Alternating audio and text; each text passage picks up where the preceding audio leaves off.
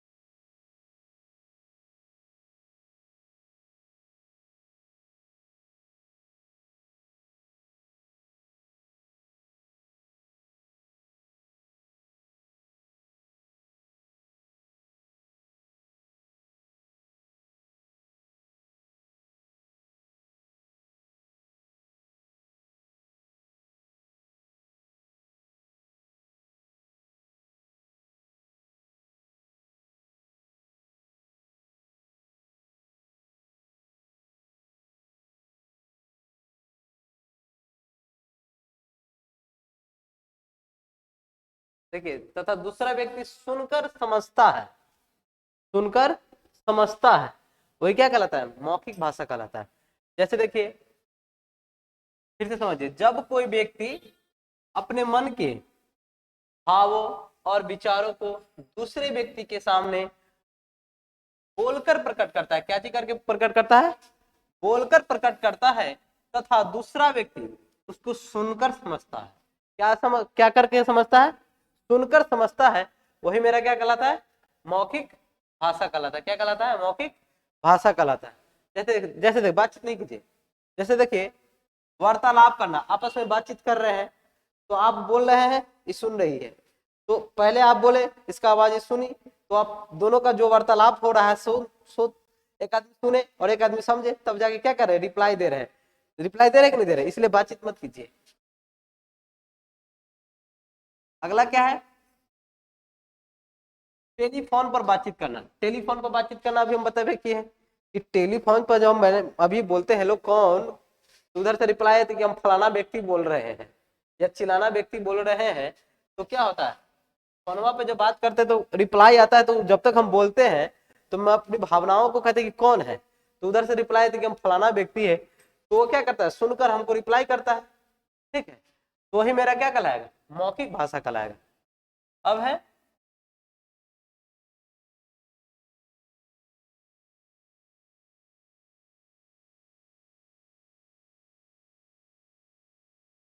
लिखित भाषा।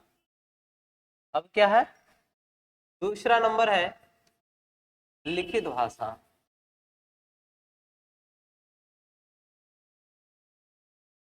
जब कोई व्यक्ति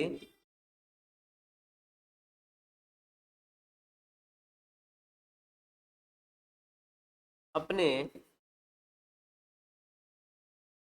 मन के जब कोई व्यक्ति अपने मन के भावों और विचारों को विचारों को लिखकर प्रकट करता है,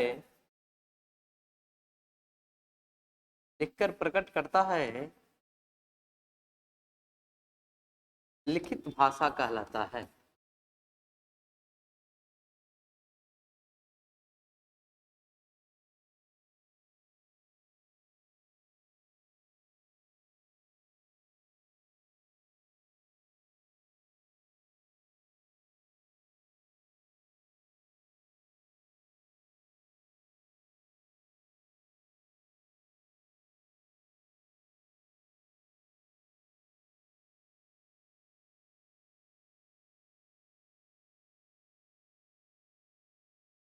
देखिए, लिखित भाषा, लिखित भाषा कहता है कि जब कोई व्यक्ति अपने मन के भावों और विचारों को क्या चीज करके, लिखकर, लिखकर प्रकट करता है, क्या चीज करके, लिखकर प्रकट करता है, लिखित भाषा कहलाता है। कौन सा भाषा कहलाता है, लिखित भाषा। देखिए, जैसे पत्र लेखन, आप किसी को पत्र लिखते हैं, चाहे दीदी हो गई, बड़े भैया को, या अपने मित्र को पत्र लिखते हैं, तो कहते हैं कि चाहे मित्र को पत्र लिखते हैं घूमने जाने के लिए, क्या दोस्त अगले रविवार को हम लोग घूमने चलेंगे चिड़ियाघर, और चिड़ियाघर में बहुत सारा मस्ती करेंगे, बाघ देखेंगे, शेर देखेंगे, कुत्ता देखेंगे, बिल्ली देखेंगे। इन सारी आप अपनी भावनाओं को उसमें क्या करते हैं, लिख कर अपने दोस्त के पास भेजते हैं, तो वही क्या कहलाएगा, लिखित भाषा। क्योंकि आप अपने मन के भावों और विचारों को क्या कर रहे हैं, लिख कर उसके सामने प्रकट कर रहे हैं कि जब हम लोग चिड़ियाघर जाएंगे ना तो क्या करेंगे, एगो बड़का बाघ देखेंगे, बड़का बाघ नहीं, बाघ तो छोटे होता है, वो बड़का सा हाथी देखेंगे, वो जिराफ देखेंगे, और सांप भी, एनाकोंडा वाला सांप सब देखेंगे। तो पत्र के माध्यम से क्या करते हैं कि पत्र के माध्यम से हम अपने मन के भावों और विचारों को दूसरे के, अपने दोस्त के सामने प्रकट करते हैं। मान लीजिए आवेदन पत्र, आवेदन पत्र हम लिखते हैं, चाहे किसी पदाधिकारी के पास हो तब, चाहे मान लीजिए बुखार लग गया, क्या लग गया, बुखार, बुखार लग गया तो 2 दिनों की छुट्टी चाहिए, क्या दिनों की, 2 दिनों की छुट्टी चाहिए, तो लिखते हैं कि प्रधानाचार्य, जो मास्टर साहब, हेड मास्टर साहब रहते हैं, उनको लिखते हैं, कहते हैं सर जी आज हमारा बड़ी जोर से बुखार लागल बा, जिसके कारण हम क्या कहें 2 दिनों से 2 दिन पढ़ने नहीं आएंगे। तो आप अपनी बातों को वहां पर बोलते नहीं ना है, वहां पर क्या करते हैं, लिखते हैं कि आज मैं तेज बुखार से क्या हूं, पीड़ित हूं, आज मैं तेज बुखार से क्या हूं, पीड़ित हूं, जिसके कारण मैं विद्यालय आने में क्या हूं, असमर्थ, विद्यालय आने में असमर्थ हूं, और जिसके कारण आप मुझे क्या कीजिए, 2 दिनों की छुट्टी प्रदान कर दीजिए, क्या कर दीजिए, 2 दिनों की छुट्टी प्रदान कर दीजिए। तो वही मेरा, तो आप अपनी मन की भावनाओं को आप छुट्टी लेना चाहते हैं, तो आप कैसे डायरेक्ट जाके बोल तो नहीं रहे हैं, आप लिख कर अपनी मन की भावों को क्या कर रहे, व्यक्त कर रहे हैं, किसके सामने, तो प्रधानाध्यापक के सामने। तो वही क्या कहलाता है, लिखित भाषा कहलाता है। देखिए, फिर तीसरा, कल हम आप लोग को बताए थे, तीसरा जो हम कल आप लोग को बताए थे वो था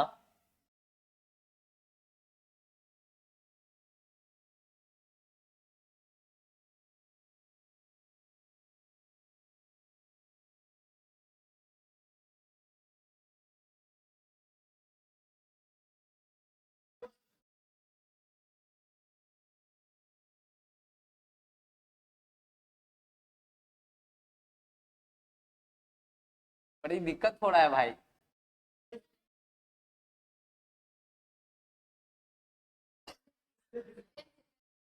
हमको एक दो बार प्रेस्टी करना पड़ेगा अच्छा से घर पे, यूट्यूब का सहारा लेना पड़ेगा। देखिए बोर्ड बड़ी खतरनाक है। अगला तीसरा टॉपिक है जिसको हम कल आप लोगों के सामने बताए थे, सांकेतिक भाषा। कौन भाषा? सांकेतिक भाषा। देखिए ये भी बहुत जरूरी चीज है, यह जो है सांकेतिक भाषा बहुत जरूरी चीज है। लेकिन भाषा को मेनली रूप से मान्यता कितने को दिया गया है? दो को दिया गया। कितने को? दो को दिया है। एक है लिखित और दूसरा है क्या? मौखिक, जो हम अभी आप लोग को पढ़ाए हैं और अभी आप लोग क्या किए हैं? पढ़े हैं। लिखित भाषा और मौखिक भाषा। जो तीसरा है ना सांकेतिक भाषा, सांकेतिक बहुत अच्छा चीज है। मान लीजिए गूंगे बहरे लोग हैं, वो बोल नहीं सकते हैं, लिख नहीं सकते, मान लीजिए किसी के पास हाथ नहीं है, वो लिख नहीं सकते हैं, तो वहां पर सबसे ज्यादा जरूरी कोई चीज है तो वो क्या है? संकेत। क्या है? संकेत। तो संकेत के माध्यम से हम क्या कर सकते हैं? अपनी बातों को दूसरे को बतला सकते हैं, समझा सकते हैं। लेकिन इसको मान्यता प्राप्त नहीं दिया, ये क्या किया है? गलत किया है। लेकिन देखिए हम लोग को पढ़ना है तो हम लोग देखते हैं कि सांकेतिक भाषा भी कितने प्रकार के होते हैं, कैसे उसको हम समझ सकते हैं। तो पहला होता है विभिन्न रंगों के द्वारा। कैसे? विभिन्न रंगों के द्वारा। दूसरा होता है ध्वनि के माध्यम से।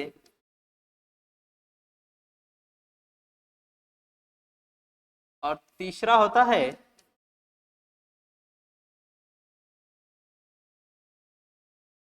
आंगिक संकेत से। देखिए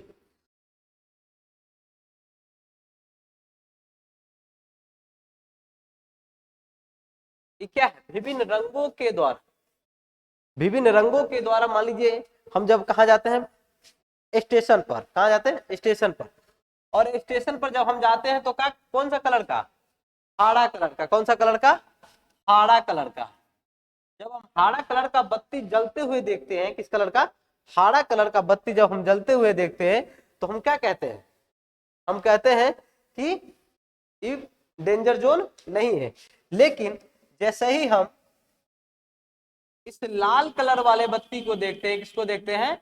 लाल कलर वाले बत्ती को, तो हमको क्या समझ में आता है कि भाई इसके आगे क्या है? खतरा है। इसके आगे क्या है? खतरा है। इसके आगे हम जाएंगे तो मेरी जान भी जा सकती है, मेरी जान भी जा सकती है। लेकिन जब हरा वाला बत्ती बढ़ता रहता है तो हम समझ सकते हैं कि क्या है, इस आराम से हम जा सकते हैं, अपनी जान को सेफ्टी के साथ रख सकते हैं। तो कहने का मतलब ये लाल और हरा क्या है? रंग है। लाल और हरा क्या है?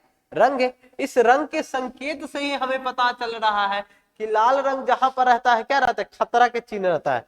मान लीजिए शमशान घाट में भी जाते हैं तो जब व्यक्ति मर जाता है तो उसको क्या कहता है? जो ऊपर से उड़ा के ले जाता रहता है तो ऊपर से लाल कपड़ा रहता है। तो लाल कपड़ा बड़ा खतरनाक चीज होता है। लाल कहीं भी रहेगा ना तो समझ जाना बहुत खतरनाक चीज है। और ये हरा वाला ठीक ठाक है, चलता है, अच्छा है। तो आप रंग के माध्यम से समझ सकते हैं कि जब रेलवे स्टेशन पर जाते हैं तब। और दूसरा चीज अगला है मेरा ध्वनि के माध्यम से। देखिए ध्वनि के माध्यम से, तो ध्वनि के माध्यम से आप समझिए कि जब हम भगवान की आराधना करते हैं, अजान सुनते हैं आप लोग, मुसलमान लोग जो अपने भगवान को इबादत करते हैं, जो अति प्रार्थना करते हैं अजान के माध्यम से, तो वो क्या करते हैं? ध्वनि के माध्यम से अपने जो मुस्लिम समुदाय के लोग रहते हैं उसको बताते हैं कि भाई तुम अब क्या करो, अल्लाह की इबादत में नमाज पढ़ने का समय हो गया है। तो वह क्या करता है? ध्वनि के माध्यम से खूब जोर से अजान देता है। चाहे ट्रेन देखें, जब ट्रेन की आने की समय रहती है तो ट्रेन की सीटी क्या करती है? बहुत जोरों से बजती रहती है। ट्रेन की सीटी क्या करती रहती है? बहुत। ट्रेन के सायरन, ट्रेन की आवाज, जब ट्रेन आती भी है तो क्या होती है? ट्रेन खूब जोर से सीटी मारता है। और ट्रेन जब क्या करती है? ट्रेन जाती भी है तो क्या करती है? खूब जोर से सीटी मारती है। तो हम क्या कहते हैं कि हम रेलवे स्टेशन पर है, यदि समय पुर गया है तो कहते हैं कि ट्रेन आ रही है। और यदि खुलने वाले हो तो क्या कहते हैं, ट्रेन जा रही है। तो ट्रेन की आवाज से भी हम समझ सकते हैं क्या है। एक बात ऐसे मान लीजिए कोई बच्चा होता, बच्चा छोटा सा बालक 3 से 4 साल का बालक है, उसकी जो भाषा होती है पकड़ में आती रहती है नहीं, उसकी भाषा को आप क्या करते हैं, अनुमान लगा के पकड़ते रहते हैं कि ये बोलना क्या चाह रहा है। मान लीजिए कोई तोतला के बोला हम अभी थाना नहीं थाएंगे, हम अभी थाना नहीं थाएंगे, हम तो अभी भूत नहीं है, हम तो अभी भूत नहीं, हम थाना नहीं थाएंगे।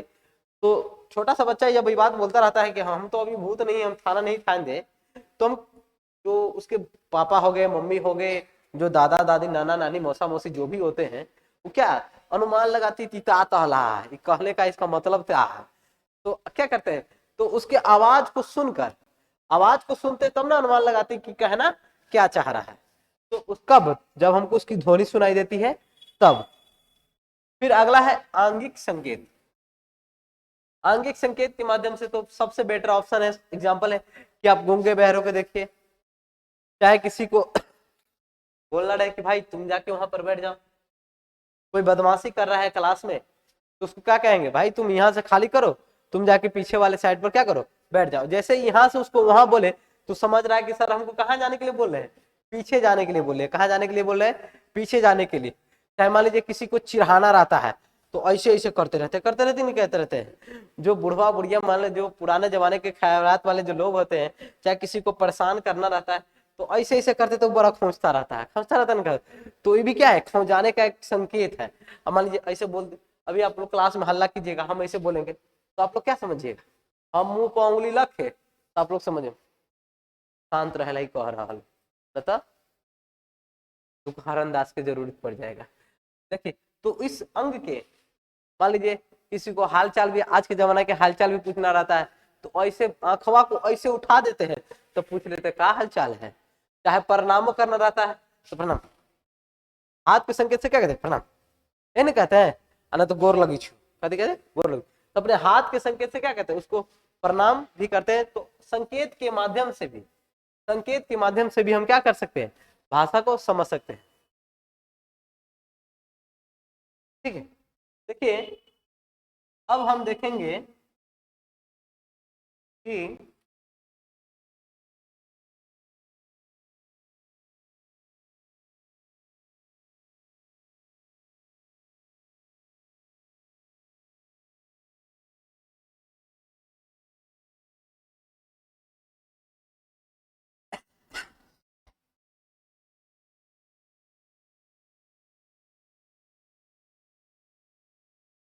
देखिए इसमें हंसने वाली बात नहीं है। दिक्कत क्या है कि इससे पहले हम कभी डिजिटल बोर्ड पे पढ़े हुए नहीं थे। आज मेरा फर्स्ट क्लास है जो इसमें हम लिख रहे हैं इतना अच्छा से। और देखिए फर्स्ट क्लास में तो क्या किए, उसमें तो ज्यादा कुछ नहीं किए थे, सिर्फ थोड़ा थोड़ा घास फूस रहे थे, लेकिन अच्छा से आज पहली बार लिख रहे हैं, इसीलिए थोड़ा प्रॉब्लम आ रहा है। 1-2 दिन जब प्रैक्टिस करेंगे ना तो सब अच्छा हो जाएगा। अब देखिए, अब हमारे देश में भाषाएं तो बहुत सारी बोली जाती हैं। हमारे देश में भाषा की कमी है, जिस क्षेत्र में चल जाइएगा जैसा भाषा मिल जाएगा। पंजाब की तरफ चल जाइएगा पंजाबी मिल जाएगा। अपने बिहार में ही देखिए, ज्यादा दूर जाने की जरूरत तो नहीं, बिहार में आरा की तरफ जाइएगा तो क्या मिलेगा, भोजपुरी। मोतिहारी की तरफ जाइएगा तो भोजपुरी। आप वही चले जाइए सीतामढ़ी, आप मधुबनी, आप चले जाइए दरभंगा, आपको उधर क्या मिलेगा, मैथिली। क्या मिलेगा, मैथिली। आप इधर चले जाइए, इधर का क्या कहते हैं उसको, राजगीर की तरफ मगधी उगधी मिलेगा। तो और पटना में चले जाइए, हिंदी पर है, यहाँ पर हिंदी भाषा है। तो कहने का मेरा मतलब है कि हमारे देश में भाषाएं तो बहुत है, भाषाएं तो बहुत है, लेकिन सारी भाषाओं को तो हम मान्यता नहीं दे सकते हैं। और जिस क्षेत्र में जाते हैं, मान लीजिए हम अपने गांव की तरफ चले जाए तो गाँव में तो ठेठी चलता है एकदम जबरदस्त, जो मन में आया सो बक देता है। होता है कि नहीं होता है, जब अपने गांव में रहते हैं, अपने भाई लोग के साथ रहते, बहन लोग के साथ रहते, तो जो मन में आता है सब बोल देते हैं, कथी करे छे, केना रहे छे, की हाल चाल हो, ये सब ठेठी उठी में जो मन होता है सो बोल देते हैं, लेकिन हम उसको तो भाषा, उस भाषा को तो मान्यता प्राप्त नहीं दे सकते। तो भारतीय संविधान में, हाँ भारतीय संविधान में 14 भाषा को, 22 भाषा को, कितने भाषा को, 22 भाषा को मान्यता प्राप्त है। कितने भाषा को, 22 भाषा को मान्यता प्राप्त किया गया है, जो क्या है राष्ट्रीय रूप से यह भाषा को आधिकारिक रूप से यह क्या है मान्यता प्राप्त भाषा है। कितने भाषा है, तो 22। देखिए स्टार्टिंग टाइम में यह 14 भाषा था। कितने भाषा, 14। जब भारतीय संविधान का निर्माण हुआ था, इंडियन कॉन्स्टिट्यूशन का जब निर्माण हुआ था, उस समय स्टार्टिंग में कितने भाषा था, 6 भाषा था, 14 भाषा था। कितने भाषा, 14 भाषा। लेकिन जैसे जैसे समय बढ़ता गया, मान लीजिए अभी जब पहली बार एक भाषा जुड़ा था जिसका नाम है सिंधी, सिंधी भाषा को 21वां संविधान संशोधन जब हुआ था, 21वां 21वां संविधान संशोधन 1967 में जब हुआ था, 21वां संविधान संशोधन 1967 में जब हुआ था, तो ये 15वें भाषा के रूप में, किस भाषा के रूप में, 15वें भाषा के रूप में किसको जोड़ा गया था, सिंधी को।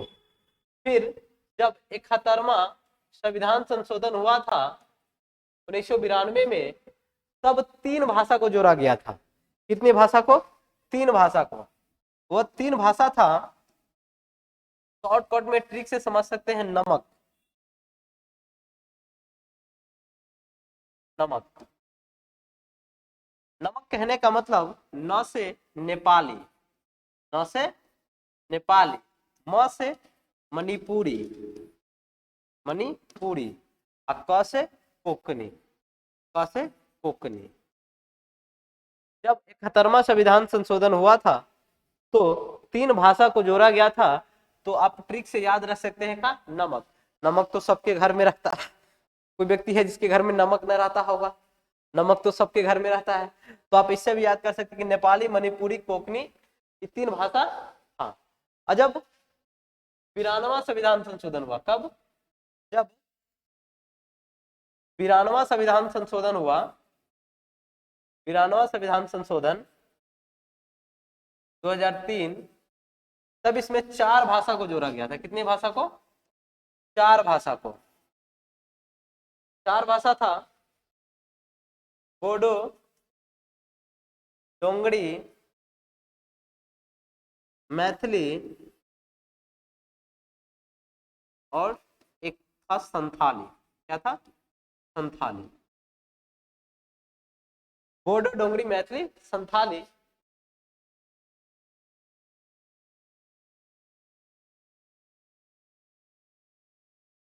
इसको 92वां संविधान संशोधन 2003 में जोड़ा गया था। तो मेरे कहने का मतलब है कि हमारे देश में तो बहुत सारी भाषा है, लेकिन भारतीय संविधान में एक क्वेश्चन बार बार आपके इंडियन पॉलिटी में भी पूछा गया है और आपके हिंदी व्याकरण में भी पूछ देता है कि भारतीय संविधान में कितनी भाषाओं को मान्यता प्राप्त है। तो कितनी भाषाओं को मान्यता प्राप्त है, 22। कितनी भाषा, 22। पहले कितने थी, 14, लेकिन अभी वर्तमान में कितनी भाषा है, 22 है। ये लिखते हैं हम लोग आगे, दिखा रहे हैं सब, दिखा देते हैं।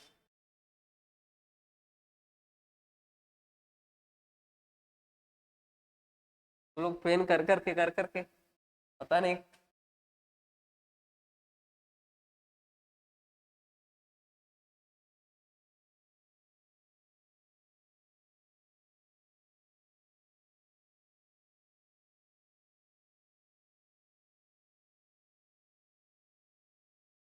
देखिए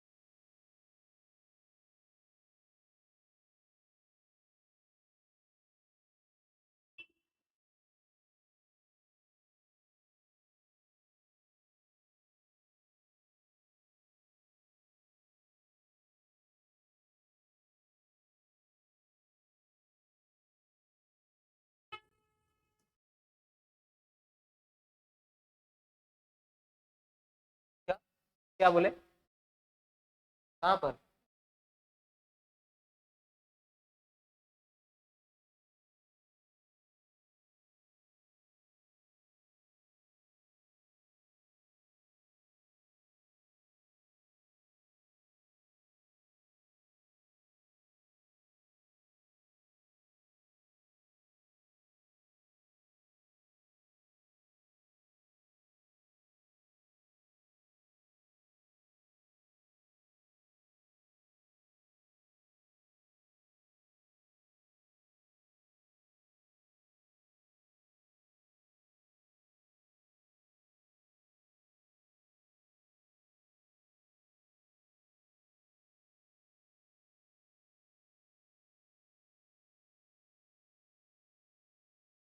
देखिए, भारत देश में तो बहुत सारे भाषाओं का देश है कि नहीं है?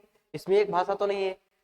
जिस क्षेत्र में चले जाइएगा उस वैसे प्रकार की आपको भाषाएं देखने को मिलेगा। गुजरात में चले जाएगा गुजराती, महाराष्ट्र में चले जाएगा मराठी, तमिलनाडु में चले जाएगा तमिल, कर्नाटक में चले जाइए कन्नड़, केरल में चले जाइए मलयालम, आप आंध्रा में चले जाइए तेलुगु।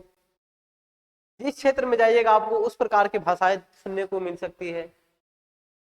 लेकिन आपने देखा होगा जितने भी सरकारी कामकाज होते हैं, जितने भी ऑफिशियल वर्क होते हैं, वो सिर्फ दो भाषा में होता है। एक भाषा होता है हिंदी और दूसरा भाषा होता है अंग्रेजी। आप फॉर्म तो जरूर भरे होइएगा, कभी कभी ना कभी फॉर्म तो जरूर भरे होइएगा। फॉर्म में आप कभी उर्दू में लिखा देखे हैं? कभी संस्कृत में लिखा हुआ देखे हैं?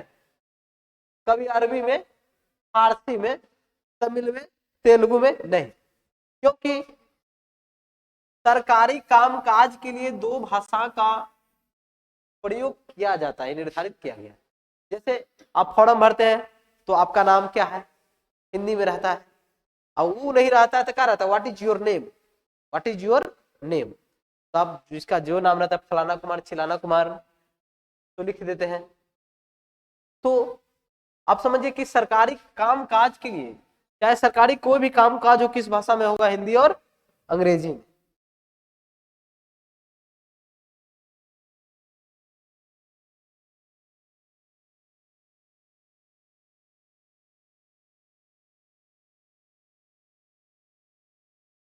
देखिए, भारतीय संविधान में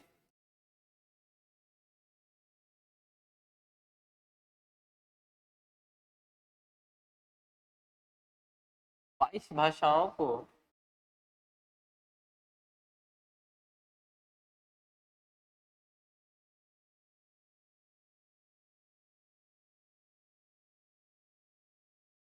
22 भाषाओं को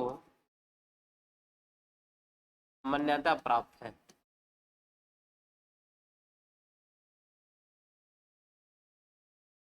प्राप्त है।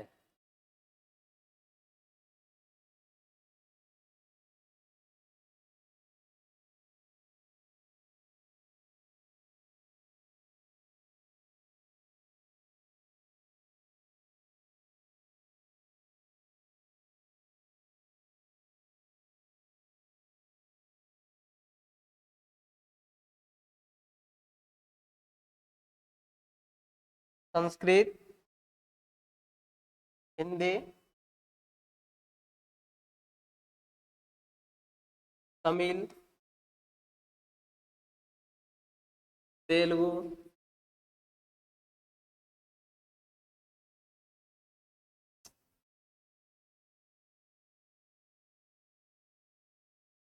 तेलुगु,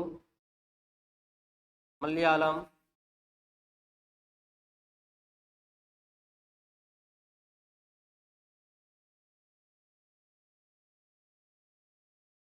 मलयालम,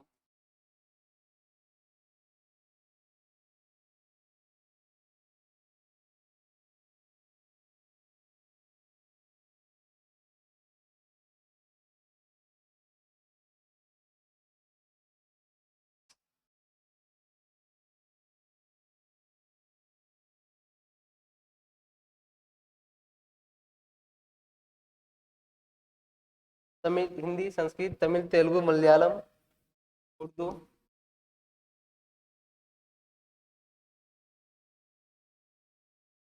कन्नड़,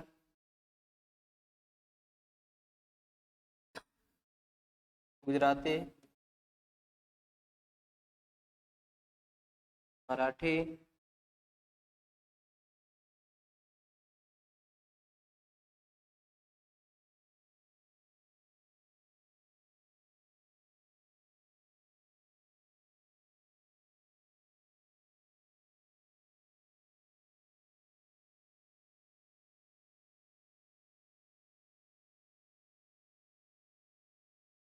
बांग्ला,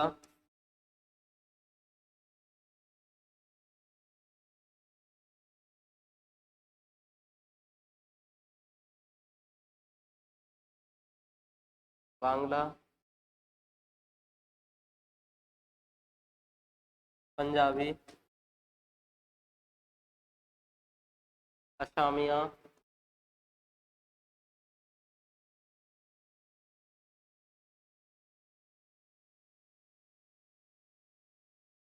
असमिया,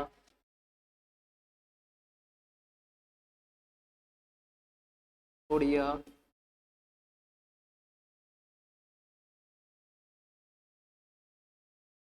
असमिया, असमिया, उड़िया, हिंदी, नेपाली, मणिपुरी, कोंकणी, कोंकणी, बोडो, डोंगरी,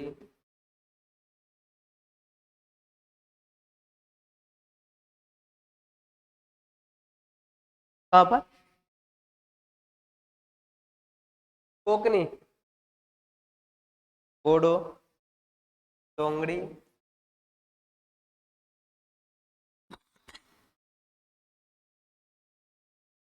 मैथिली, संथाली,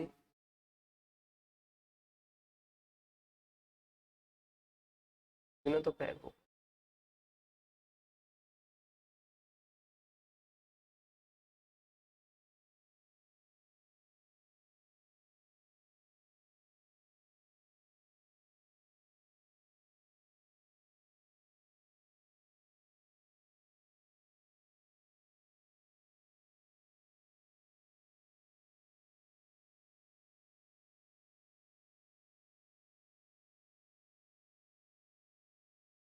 संस्कृत, हिंदी, तमिल, तेलुगु, मलयालम, उर्दू, कन्नड़, गुजराती, मराठी, बांग्ला, पंजाबी, असमिया, उड़िया, सिंधी, नेपाली, मणिपुरी, कोंकणी, बोडो, डोंगरी, मैथिली, संथाली। एक कौन है? अंग्रेजी।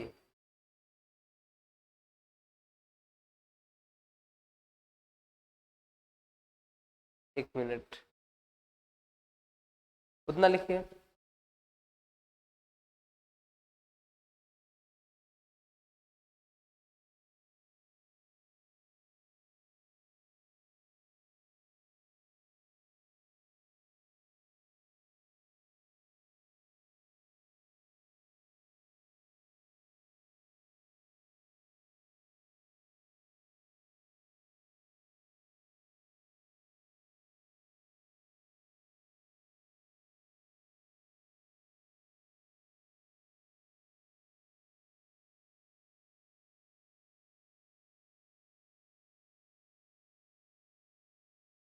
एक इस हुआ है ना, एक छूटा है कश्मीरी।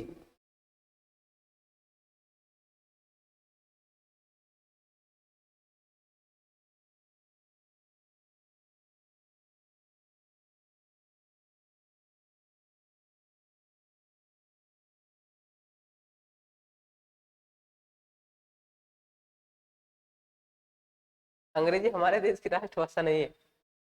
हमारे देश की भाषा, देखिए किसी भी भाषा को मान्यता कब प्राप्त होता है? जब बोलने वाले लोगों की संख्या ज्यादा। तो अंग्रेजी कितने सारे व्यक्ति को ज्यादा बोलने आता है? बहुत कम परसेंट है। सबसे ज्यादा हिंदी बोला जाता है, 15 गो राज्य में हिंदी बोला जाता है, जिसमें 10 राज्य अपने राजभाषा के रूप में हिंदी का प्रयोग करता है। ये बात हम नोट में लिखाएंगे कल। आज तो वहां तक नहीं पहुंच पाएंगे, उससे पहले कल जब कल की क्लास लगेगी तो हो सकता है कि हिंदी भाषा जब हम पूरी तरह से बताए तो आपको बताएंगे कि हिंदी भाषा 15 राज्यों में बोली जाती है, जिसमें 10 राज्य ऐसे हैं जो हिंदी भाषा को राजभाषा के रूप में मानता है। उसके बाद अंग्रेजी हमारे यहाँ कितने लोग बोलते हैं? बहुत सारे कम लोग हैं। बिहार में देखिए बहुत कम है, यूपी में जाइए बहुत कम मिलेंगे, और जहाँ तक लगता है 2-4 जगह को मिला दिया जाए तो आधा जनसंख्या 25% के लगभग में जनसंख्या इधर उधर पुर जाता है। यूपी बिहार आ जाए और यूपी बिहार के लोग तो सिर्फ हिंदी भोजपुरी पर ज्यादा ध्यान देते हैं। अब इस अनुच्छेद में 343 में अनुच्छेद राजभाषा हिंदी है, राजभाषा जो है हिंदी है, उसमें अनुच्छेद में नहीं है, अनुसूची में है। 8वीं अनुसूची में भाषाओं का रखा गया है। जब पॉलिटी पढ़ाएंगे तो उसमें आपको बताएंगे, ठीक है। इतना सिर्फ अभी समझिए कि भारतीय संविधान में कितनी भाषाओं को मान्यता प्राप्त है? 22 भाषाओं। कितनी भाषाओं को? 22 भाषाओं को, जिसमें संस्कृत है, हिंदी है, तमिल है, तेलुगु है, मलयालम है, उर्दू है, कन्नड़ है, गुजराती है, मराठी है, बांग्ला है, पंजाबी है, असमिया है, उड़िया है, सिंधी है, नेपाली है, मणिपुरी है, कोकनी है, बोडो है, डोंगरी है, मैथिली है, संथाली है और कश्मीरी है। ये हमारे देश के जो 28 राज्य और 8 केंद्र शासित प्रदेश है, उन्हीं में से कुछ राज्यों में ये सारी भाषाएं बोली जाती है, जिसके कारण इन्हें क्या प्राप्त है? मान्यता प्राप्त है। आपको तो हम अभी जस्ट बताए किए हैं कि यहाँ से देखा जाए और स्टार्टिंग टाइम में हमारे जो 8वीं अनुसूची में जो भाषा थी वो पहले कितनी भाषाएं थी? मात्र 14 भाषाएं थी। इसके बाद यहाँ से जो भाषा है, यहाँ से इसके बाद की जो भाषा है यह हमारे मूल संविधान में नहीं था। क्या था? मूल संविधान में नहीं था। इसको संविधान संशोधन करके क्या किया गया था? इसको जोड़ा गया था, ठीक है। हिंदी हो गया, नेपाली हो गया, मणिपुरी हो गया, कोंकणी हो गया, बोडो हो गया, डोंगरी हो गया, मैथिली हो गया, संथाली हो गया, कश्मीरी हो गया, इन सबको कब जोड़ा गया था? कब? जब हम भारतीय संविधान का क्या किए? संशोधन किए। और इसमें से एक बताया 1967 में जोड़ा गया, यह तो 1967 में जोड़ा गया था। और यह जो तीनों है यह कब जोड़ा गया था? 1992 में जोड़ा गया था। और यह जो चारू है 2003 में जोड़ा गया था। ये नहीं, देखिए ये वाला जो पोर्शन है ऊपर जाता, लेकिन ये नीचे आ गया है, ठीक है।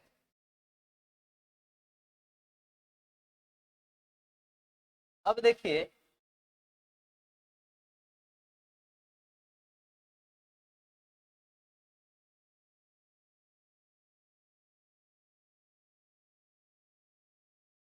अब हम लोग देखेंगे लिपि।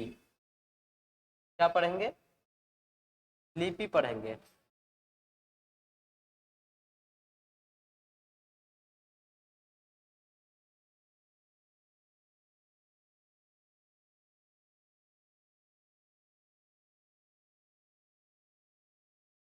देखिए सबसे पहले हम लिपि को समझ लेते हैं। लिपि का अर्थ होता है लिपना या पोतना। लिपि का क्या अर्थ होता है?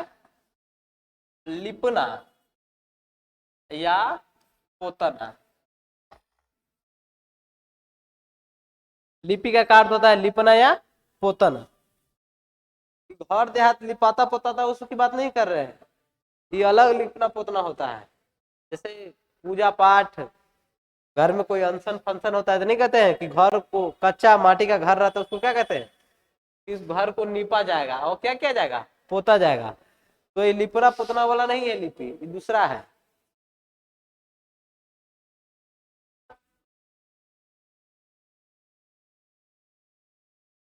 लिपि का अर्थ होता है अर्थ होता है लिपना या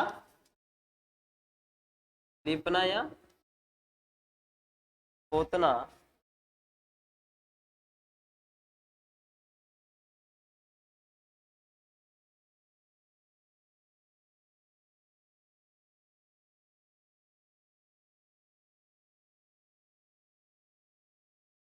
लिपना या पोतना, इसमें लिपना का अर्थ होता है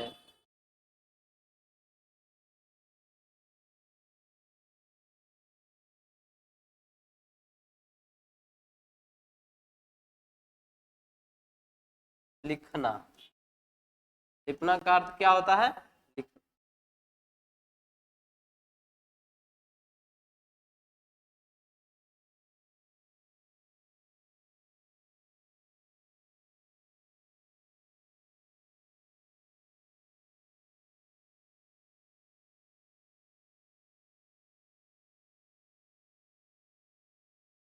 देखिए, लिपि का अर्थ ही होता है क्या? लिपना या पोतना। लिपि का अर्थ होता है लिपना या पोतना। ये घर के लिखने या पोतने की बात नहीं करता, यह बात करता है किसी भी भाषा को लिखा कैसे जाता है। मान लीजिए हिंदी है, किस भाषा में लिखा जाता है? देवनागरी लिपि में। किस लिपि में लिखा जाता है? देवनागरी लिपि में। अंग्रेजी किस लिपि में लिखा जाता है? रोमन लिपि में। उर्दू किस लिपि में लिखा जाता है? फारसी लिपि में। और पंजाबी किस लिपि में लिखा जाता है? गुरुमुखी लिपि में। देखिए, उसी प्रकार से लिपि की अभी विश्व में कम से कम संख्या होगी, नहीं भी होगी तो कम से कम 400 लिपि है। और बोली और पूरे विश्व में, हाँ, बोली 2796 है। 2796 बोली है और लिपि कितनी है? लिपि कितनी है? 400। स्टार मार्क लिखिए। हिंदी भाषा देवनागरी लिपि में लिखी जाती है। नागरी लिपि में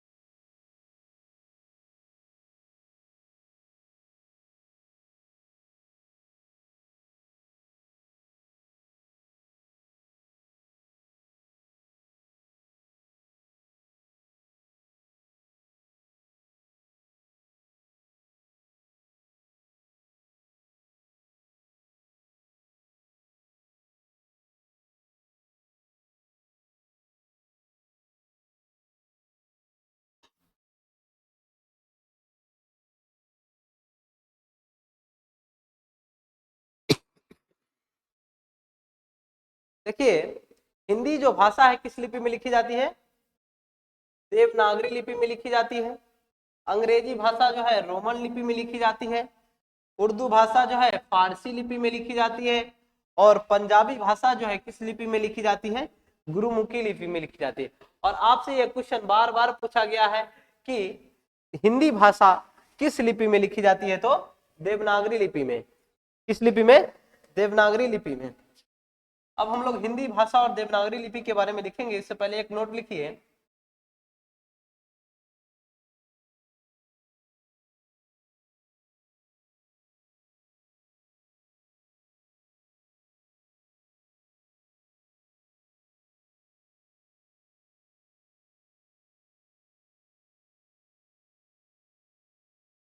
एक नोट में लिखिए,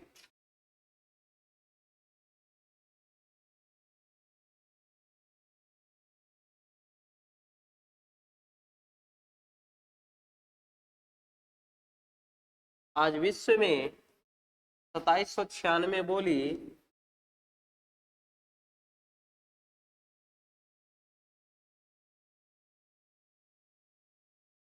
तथा 400 लिपि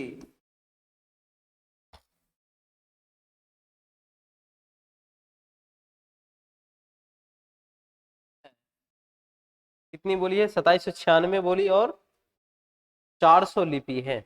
उन्हीं लिपि में से एक है मेरा देवनागरी लिपि। और अब हम लोग पढ़ेंगे हिंदी भाषा बोली और देवनागरी लिपि के बारे में। चलिए अब समझते हैं हम लोग किसके बारे में?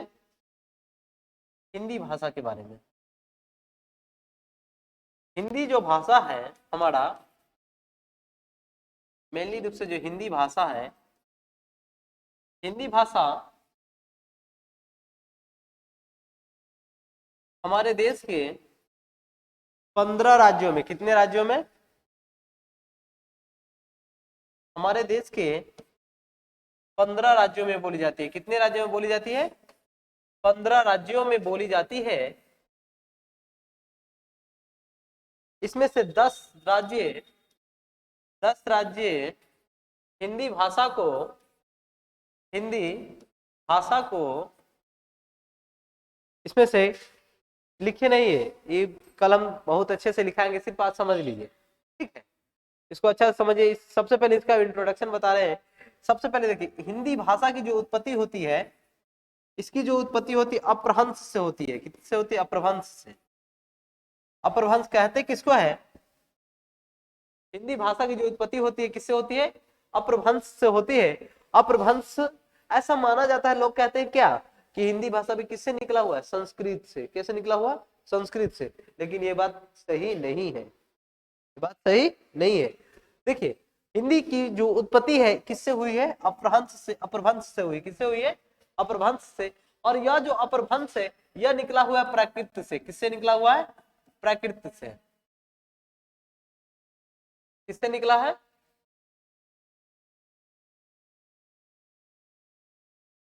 प्राकृत से। और यह जो अपभ्रंश भाषा है किस भाषा से निकला हुआ है? प्राकृत से निकला है। और प्राकृत भाषा जो है किससे निकला हुआ है? स्थानीय स्थानीय बोलचाल में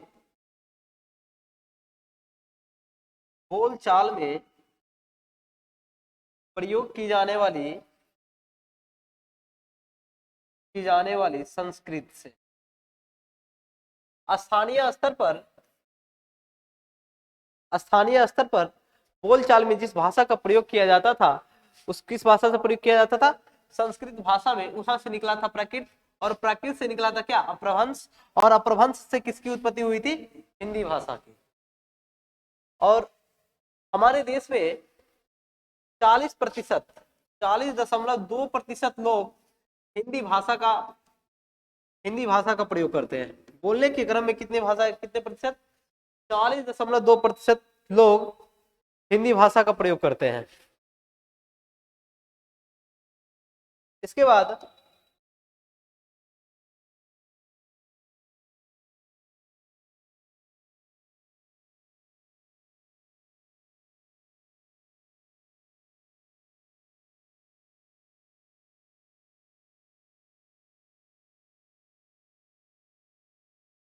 और हमारा जो हिंदी है, हिंदी का अभी हम बताए हैं मेरा जो हिंदी है किस भाषा से निकला हुआ है? देवनागरी लिपि से। किस भाषा से? देवनागरी लिपि से निकला हुआ है।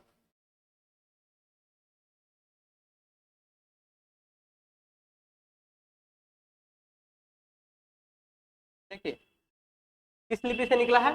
देवनागरी लिपि से। देवनागरी लिपि से।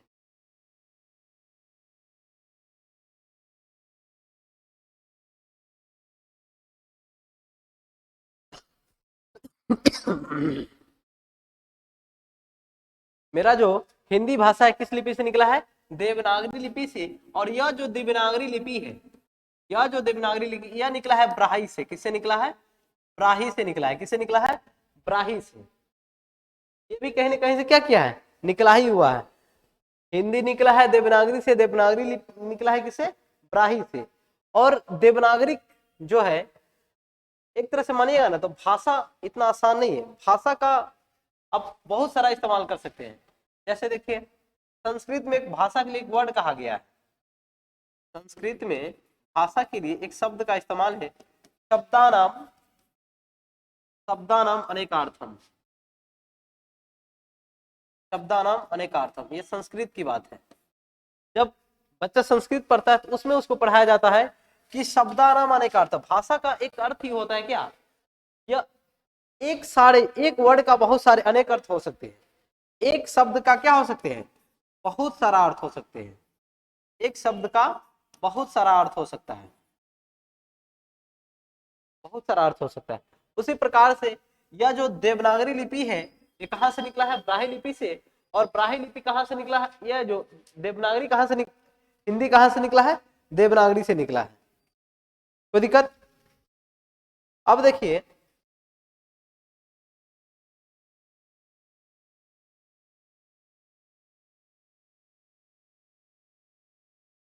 यह जो देवनागरी लिपि है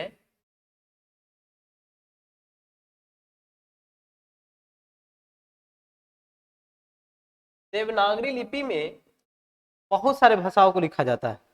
जैसे में हिंदी हो गया, नेपाली, नेपाली भी किसमें लिखा जाता है? देवनागरी में ही लिखा जाता है।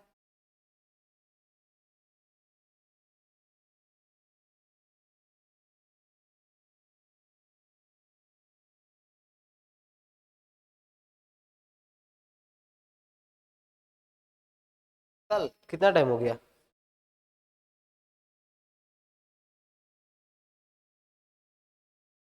ठीक है, आज की क्लास क्या करते हैं, यहीं पे रहने देते हैं। बाकी हम लोग कल मिलेंगे इसके आगे। इस ये लिखिए नहीं, कल हम इसको बहुत अच्छे तरीके से जितना भी बात समझाए हैं शॉर्टकट में।